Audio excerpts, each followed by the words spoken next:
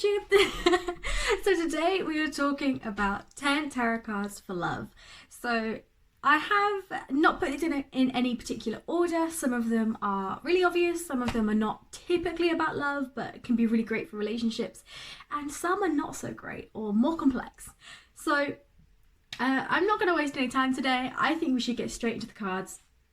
Like I said, they're not in any particular order because I don't really see tarot cards as being better than any others, so I have just put them in a random order that came to mind. So let's go. So the very first card that we'll be talking about is probably quite obvious. It is the Two of Cups, the union of emotions and fulfillment. It literally represents unified love. The card tends to show a ceremony of two people giving their cups to each other, in that way giving their emotions. And this is representative of the partnership and the harmony which they are going to be having together. This card is generally great for showing when someone supportive or supportive people are coming into your life, or even for illustrating when maybe you need to reach out to some supportive people. It is going to be showing a bond and you kind of coming towards someone and starting that new journey. So it's important to remember as well that the Two of Cups is really early on in the Cups suit. Cups being wishes, fulfillment, emotions. It's showing the ability for you to have a whole journey with this person who is coming into your life. So that brings us on to the second card. What would make more sense on this list than the Lovers? So the Lovers is not always about love. I do have a video on that comparing it to the Two of Cups. However, if it does come up in a love reading or showing love, then it can be a really great example of harmonious, peaceful, tranquil love. It is a bond which is perhaps heavenly or destinally aligned and a divine connection. In that way, maybe it is a relationship which is beyond the human sphere, so it could be showing a new divine being or ancestor coming towards you. And it's generally just a great card for showing that more idyllic, I suppose, that kind of more idyllic and paradisial, can't say that word, paradisial relationships that might be coming towards you. Moving on swiftly, because those two I think are quite obvious, we're going to be looking at the Four of Wands. So perhaps you've used it before for relationships. I've heard from a friend or two that there are a few sources out there who call the Four of Wands a twin flame card. Don't know much about that myself, but it could be, who knows. So the card does show harmony but also homecoming. What I love about this card for love is that it can show you when you feel like you are coming home to someone. So maybe you are somebody who often suffers with feeling like you're not in your own skin, or you have to hide yourself somehow from other people. When we get to Four of Wands and that being a relationship, that's not a problem anymore. This is someone you can be your total self with. All the Taurus signs and Cancer signs watching this, the Four of Wands is probably your favourite card to find for a relationship, because you get to feel like you are at home with someone, secure, able to kick back, take off the fancy clothes and just be yourself. Something else I always like to talk about with this card is actually the idea of a literal homecoming, talking about love. So maybe if you are from a culture who do things like arranged marriages, or kind of going back to your home country to find somebody to marry or to get to know family or potential matches, if that is your culture, maybe the Four of Wands is going to be showing that. Equally, if you have gone abroad to study, to work, or even just really far away from home, and one day you return and then you meet somebody and the Four of Wands come up, well, I think that could possibly be showing you this is the person for you, because the Four of Wands is about that journey home and being there. So it's not just about literally kind of returning to you and to a place, but also the way in which that benefits you as a person and your energy. So the way that home relates to you and your confidence. So again, taking it on the complete other way, maybe the Four of Wands is about you having a homecoming to something you hadn't tried before. So maybe there's a new community that you finally feel at home in, and this is the sign that this person is going to come from this community for you. Looking at card number 4, we have another quite obvious one, I would say. I have started with more obvious ones to get them out of the way. We have the Ten of Cups, the card which comes after the dreams. So this card does represent the tangibility, reality of dreams. The Nine of Cups is dreams come true, and so when we get to Ten of Cups, the next step up, we see those things actually in life. So on a traditional Rider-Waite deck, we have a couple staring up at the sky with a rainbow of cups above them, and their two children are dancing to one side. This represents the fact that they have everything they could want, they have everything they need, and they are thankful, they are in their best glory, and they are living their best life effectively. So when we have Ten of Cups, it is this sort of relationship. It is one of poise, it's one of grace, gratitude, and all of these beautiful things. You probably may feel a little bit like royalty with this person, and maybe that is exactly how it's supposed to be. It can also represent that this is a relationship showing your growth and all the things that you've been through on your Cups journey. So getting to know yourself, becoming comfortable with yourself, becoming more in tune with all your feelings and what you really want.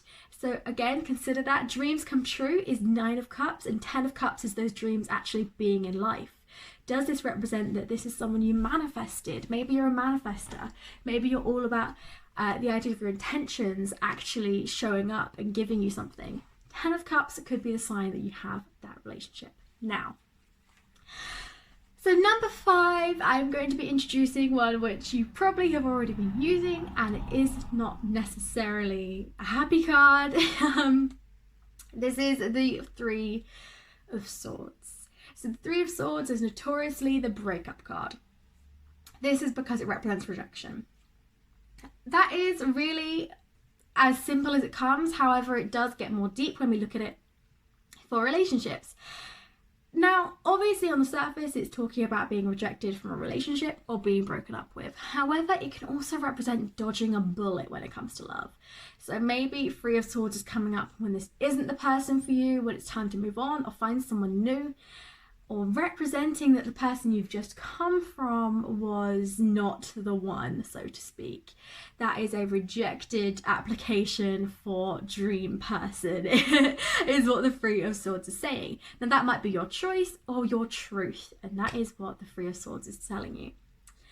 I'm not going to reflect on that one too much because we do have some more interesting ones coming up at the end. So quickly, before we get to those, we have number 6, Knight of Cups. I cannot count on one hand how many times I've seen people refer to this as the knight in shining armor, Prince Charming, the ideal man, and all that sort of thing. Knight of Cups is very much those things because it is effectively the enhancement of dreams. So the Knight is a reflection of things becoming more streamlined and, like I said, enhanced, and Cups is the emotions, and that's why we see the Knight of Cups being the knight in shining armor. When you have this card come up, it is likely going to be representing somebody who is perfect for you coming into your life. Perhaps it's literally a man, perhaps it's not. I'm not really too into gender tarot, so but if that's your thing, sure thing. So Knight of Cups, really simple. I'm not going to spend much time on it because you probably already know it. However, these last 4 cards are my interesting ones. So if you're with me up to now, here are my personal favorite not love cards to use. Starting with Judgment. So why did I include Judgment on this list? Quite simple. Judgment is a card which represents awakening and rebirth. And what is more powerful than a relationship that encourages your rebirth? When you come into a relationship, are you looking to be the same person by the end of it? If you just said yes, go back and answer again, because we are always looking to grow. We want to be better people, to take on better traits, to see new things, to shed our old skin in some way. And I'm willing to bet that most people, when they come into a relationship, don't realize that they want that, but they do end up doing that. A good relationship encourages you to grow from where you previously were, to right mistakes that you may have made in the past, to see things from a new perspective. Ultimately, connection of any kind, but especially love, is about the way that we can go through various births with someone. The most long term, the most long, fulfilling relationships are ones where there is the ability to grow and to change alongside someone else. So if judgment is a descriptor of your love and your relationship, you've likely got a long, harmonious, lovely relationship where you are able to continue to awaken alongside this person. They match you on that spiritual scale, so to speak. So number 8, I have the Star, and the reason I've included this one is because I know that destiny and the idea of divine love is a hot topic, and I do love it myself as well. I do love a good divine connection. So with the Star, I've included this on the list because the idea is that the Star represents hope, faith, and divine alignment, or sometimes even speaking with the divine, so maybe ancestors or gods. When we have the Star for a relationship, it's a suggestion that maybe the relationship itself is divinely aligned. It's something that is going to benefit you and your divine faith, or your hope, or the way in which you interact with faith. So this could be a relationship which encourages you to think outside the box a little bit. Maybe you meet somebody who has a different faith to you, or who shares your faith, and it's that relationship and the love that you have which encourages you to embody even more divinity and embody even more of your faith. There's not really another word to use there, is there? And so with the Star, it's the idea that you can continue to look up and to trust in what the stars, the heavens, have for you, and that the relationship itself is going to be a teacher of that. Moving on to 9. So number 9 is one more major arcana, and that is the Fool. So the reason I've included this is somewhat similar to Judgment. So the Fool is literally the birth of tarot. It is the 0 mark, it's the first card, it's the first major arcana. It does not represent birth, but it is the birth, the awakening of all tarot. Because this is the point where we start the deck. It is foolishness, naivety, wandering into things just because we want to, without thinking and learning all the lessons which are accumulated down the rest of the major arcana and tarot cards. It is loving for love's sake. If you have a relationship defined by the Fool, it is one where you can just be happy, where you can just be a fool, where you can just give everything you want to and not have to worry about judgment. You don't have to worry about being this, that, or the other, or what other people might think, or how they may perceive you. It's okay to be a little bit silly and a little bit lacking in foresight, so to speak, with a Fool relationship. And so this card is showing a brand new, maybe childish and fun relationship coming towards you. Which brings me on to the very last card. So the very last card I've chosen for this top 10 tarot cards for love is Page of Wands. The Page of Wands represents free-spiritedness and limitlessness. And the reason that I thought this belonged on the list was because, again, similar to Judgment, but also Star, we ultimately want to be learning, growing, and developing alongside our lovers and our relationships. The Page of Wands suggests that the relationship and the love is going to help you to open up yourself and to see that you are not restricted and that you're not limited, and that in fact you can do anything you set your mind to. What I really like about this card, in fact, is that 10 of Wands is giving up. So the card beforehand is giving up, not seeing any real use for your energy and your desire. But at the Page, we are reinvigorated. Things become worthy once again. It's turning tiredness and a lack of hope into a new sense of being and fertility. I included this card because I thought it represented those who have given up on love, really.